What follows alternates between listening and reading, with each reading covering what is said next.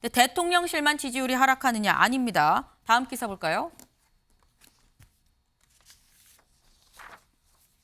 네. 기사가 사실 이 기사가 아니었는데요. 네.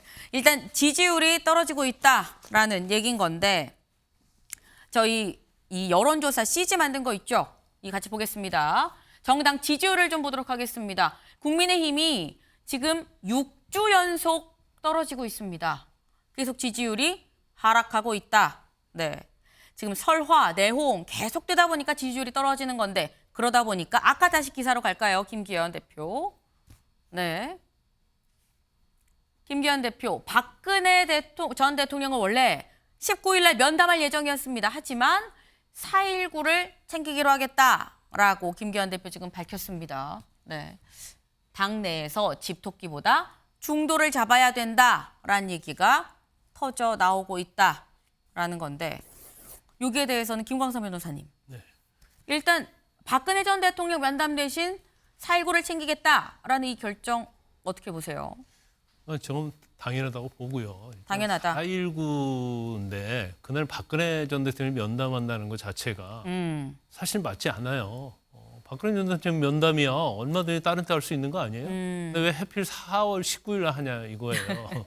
그건 네. 저걸 볼 때는 국민의 정서랄지 저기 김기현 대표가 정치를 굉장히 오래 하신 분인데 저렇게 정치가 감각이 없냐 이제 그런 생각이 들 수밖에 없고요. 집토끼하고 이제 중도 얘기를 하는데 정광훈 목사가 어떻게 보면 이제 집토끼라고 볼 수도 있어요. 뭐 그렇지 않을 수도 있지만 그러면 지금 사실은 지금 대표가 된 다음에 선거 자체는 이제 스윙보트라고 할 수 있는 중도를 잡는 정당이 선거를 이기는 거 아니겠습니까? 그렇죠. 보통 선거의 공식이긴 하죠. 그렇죠. 근데 이제 당대표 한 이후에 보면 뭐 제주도에 4.13 뭐 기념식 가지 않잖아요. 그러면서 진보의 어떤 그런 것들 아니면 이제 국민이 상당히 네. 마음이 가는 그런 행사는 또 가지 않고요. 굉장히 오히려 뭐 보수 결집에 나서고 있어요. 근데 사실 지금 보수층도 어떻게 보면 국민의힘이나 이제 대통령으로부터 조금 멀어진 그 약간의 그 숫자가 있거든요. 그걸 잡으려고인지 모르겠지만 객관적으로 보는 국민의 입장에서 보면 너무 보수 쪽으로 치우치는 행동을 하고 있다.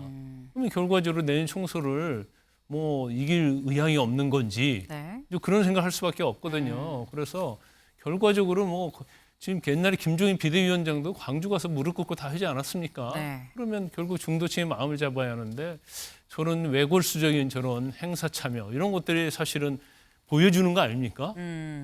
결과적으로 지금의 어떤 행보 자체에 대해서는 당연히 방향 전환을 해야 한다고 봅니다. 지금 적정한 시점에 방향 전환을 했다라는 말씀을 하셨습니다.